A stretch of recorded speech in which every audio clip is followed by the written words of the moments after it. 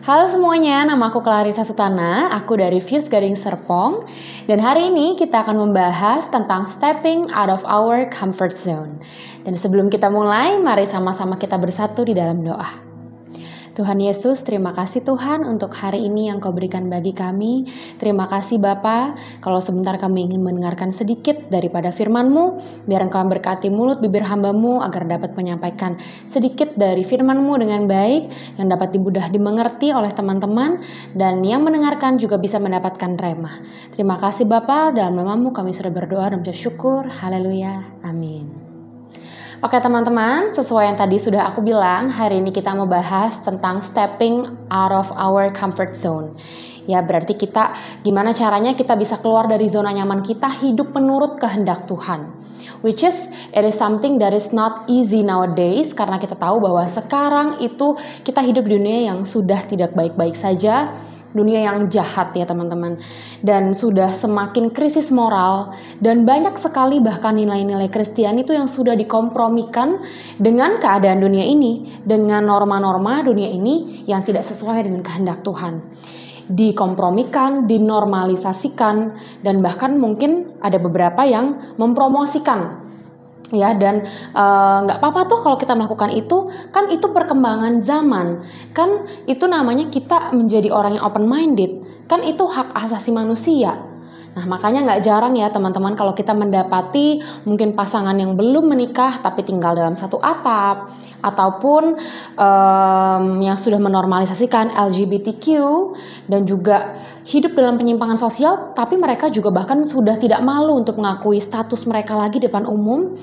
Dan banyak juga anak-anak Tuhan yang dalam kehidupan berbisnisnya atau di marketplace-nya itu dengan cara yang tidak sehat melakukannya. Nah itu hal-hal yang mungkin sudah menjadi dinormalisasikan saat-saat ini. Dan juga kita kompromikan, padahal itu Tuhan tidak kehendaki dalam kehidupan kita. Ya, di dalam firman-Nya di Matius 24 ayat 37, Tuhan Yesus telah memberitahu kita bahwa pada saat kedatangan nanti yang kedua kali, itu keadaan dunia ini akan sama seperti keadaan pada zaman Nuh. Yaitu zaman di mana kejahatan merajalela dan dosa itu telah menjadi gaya hidup ya teman-teman. Jadi uniknya, tapi hanya Nuh dan keluarganya saja yang Tuhan dapati setia dan yang Tuhan dapati hidup benar. Nah, dapat dipegang kebersihan tangannya dan juga kemurnian hatinya itu hanya Nuh dan keluarganya. Jadi Nuh ini hidup tidak terpengaruh oleh lingkungannya, ya walaupun kejahatan seperti apapun yang di sekitarnya, tapi Nuh berhasil sampai akhirnya itu hidup di dalam kebenaran dan Tuhan berkenan atas kehidupan Nuh.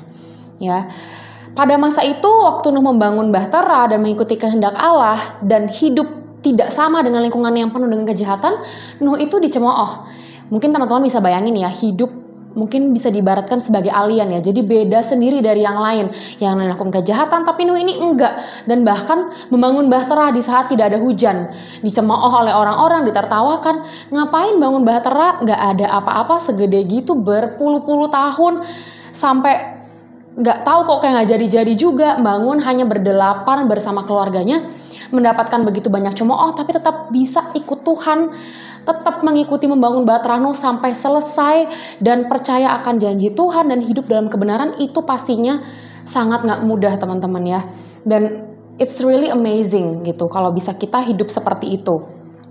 Nah sama seperti sekarang juga kita hidup itu dalam banyak tekanan sekeliling kita untuk mengkompromi hal-hal yang menjadi norma-norma dunia ini. Kamu ketinggalan zaman gitu ya mungkin, atau kayak kok lu nggak open minded gitu, kok lu nggak mempedulikan hak asasi manusia, itu kan hak orang untuk cinta dengan siapa saja atau untuk menjadi siapapun yang ia mau. Nah tapi tidak seperti itu ya teman-teman. Walaupun tekanan itu banyak dalam kehidupan kita, tapi kembali lagi tujuan kita itu kita harus tahu bahwa kita harus hidup sesuai dengan kehendak Tuhan dan apa yang Tuhan mau dalam kehidupan kita. Ya jadi walaupun banyak tekanan seperti pada zaman Nuh ya, Nuh mungkin tertekan dengan sekelilingnya, kita pun juga sama, hidup di antara yang berbeda daripada yang lain itu kita mendapat tekanan. Tapi ya disitulah bagaimana kita tetap bertahan, beriman, dan sampai pada akhirnya kita selesai menyelesaikan perjuangan kita tetap ikut Tuhan dan sesuai dengan kehendaknya. Ya, jadi Tuhan telah berkata bahwa Ia telah memilih kita menjadi anak-anaknya, yaitu adalah anak-anak terang. Yang berarti sudah jelas bahwa sebagai anak-anak Allah, kita itu harus hidup memiliki gaya hidup seperti Kristus, seperti Tuhan, dan sesuai dengan kehendaknya. Nah, bagaimana sih caranya Nuh agar bisa hidup itu bertahan di tengah-tengah angkatan yang bengkok ini sampai pada akhir hidupnya ini dia berhasil gitu, sampai dia mendapatkan perkenanan Tuhan. Kita bisa lihat di Kejadian 6 ayat 9 dikatakan bahwa inilah riwayat Nuh. Nuh adalah seorang yang benar dan tidak bercela di antara orang-orang sezamannya. Nuh itu hidup bergaul dengan Allah. Nah, ini kuncinya ya teman-teman. Jadi kuncinya adalah Nuh hidup bergaul dengan Allah. Seperti kita pun harus hidup bergaul dengan Allah agar kita bisa terus melekat sama Tuhan dan tahu apa kehendak Tuhan dalam kehidupan kita. Karena kita ini perlu hikmat ya teman-teman untuk bisa bedain yang baik, bisa bedain yang buruk. Gimana caranya kita mendapat hikmat kalau kita nggak hidup bergaul dengan Tuhan, kita nggak tahu apa yang Tuhan mau. Caranya dari mana kita tahu apa yang Tuhan mau? Pasti jawabannya cuma satu, baca Alkitab, Bible. Dan bukan cuma baca, tapi Tuhan minta untuk merenungkan siang dan malam. Jadi bahkan bukan cuma asal baca aja, tapi kita harus renungin lagi firman yang kita baca itu siang dan malam.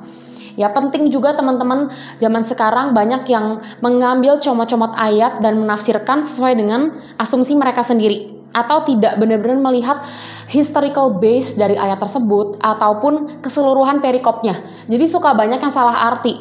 Nah ini jangan sampai terjadi seperti itu teman-teman. Jadi kita harus juga perhatikan, makanya penting untuk direnungkan dan dikulik firman Tuhan itu adalah supaya kita jangan sampai mensalah artikan ayat yang ada di firman Tuhan dan memakai ayat itu untuk kita cocokologikan dengan hal yang kita mau kompromikan.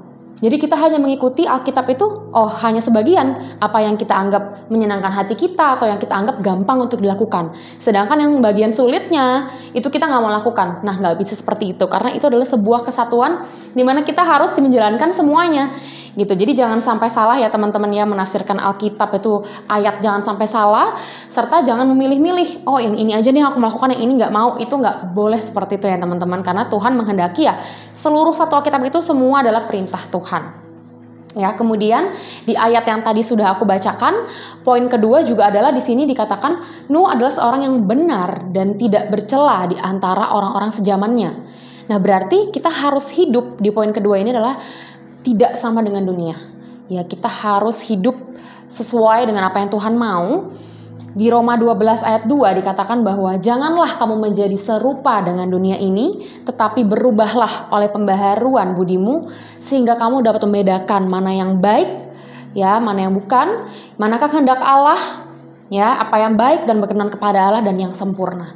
Jadi dengan kita tadi yang pertama kita menjaga relasi dengan Tuhan, hidup bergaul dengan Allah, membaca firman, nah kita harus hidup. Ketika kita tahu kebenaran, kita harus hidup tidak sama lagi dengan dunia ini ya teman-teman. Karena hidup kita sudah milik Tuhan, kita udah tahu kehendak Tuhan ya kita harus menjalankannya teman-teman. Tentu pasti gak mudah, memang gak mudah. Untuk melawan dosa aja gak mudah kok gitu ya, apalagi ditambah tekanan-tekanan teman-teman di sekeliling kita atau lingkungan kita, kok kamu ini dianggap aneh atau kita juga dianggap kok kayaknya outdated banget, nggak open minded, itu pasti nggak gampang banget teman-teman. Aku pun jujur mengalami hal yang demikian di dalam lingkungan aku, tapi ya bagaimana kita punya prinsip dan kita tahu apa yang kita pilih jalan hidup kita ini, apa yang Tuhan mau dalam kehidupan kita. Ya, dan poin ketiga adalah kita harus hidup dalam tuntunan Roh Kudus. Teman-teman, ketika kita punya Roh Kudus dan hidup kita dipimpin oleh Roh Kudus, kita bisa mematikan kedagingan kita. Ya, jadi sehingga kita bisa hidup tidak sesuai dengan dunia ini lagi, maksudnya kita tidak menjadi serupa dengan dunia. Ya, dan sama nih kayak Nuh. Waktu itu Nuh membangun bahtera, ya pastinya perlu komitmen bertahun-tahun. Hanya dia, istrinya, 3 anaknya dan istri anak-anaknya itu membangun puluhan tahun dan dicemooh oleh sekelilingnya. Tapi ia tetap menjalaninya sampai selesai loh bahteranya, dan itu bahtera yang sangat besar sampai selesai. Dan dikatakan juga di firman Tuhan di Kejadian 6 ayat 22, Nuh itu membuat bahtera persis seperti apa yang Tuhan perintahkan. Jadi hasilnya bahkan persis banget as yang Tuhan mau dalam untuk Nuh membangunnya gitu. Jadi ini memang gak gampang, tapi Nuh bisa menyelesaikannya Nano aja bisa, kita juga pasti bisa. Makanya kita harus hidup dipimpin oleh Roh Kudus ya teman-teman. Jadi kita bisa setia sampai akhir, dan bukan hanya setia, tapi hidup kita betul-betul mengikuti jalan yang Tuhan mau. Jadi bukan kita mengkompromikan hal-hal yang sebenarnya tidak boleh dikompromikan. Ya, walaupun tidak mudah.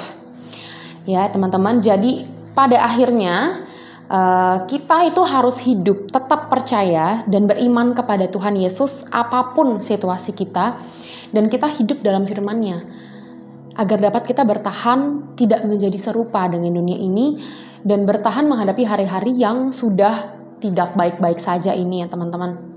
Jadi memang berpegang pada Tuhan itu adalah kuncinya ya, membangun hubungan yang karib dengan Tuhan.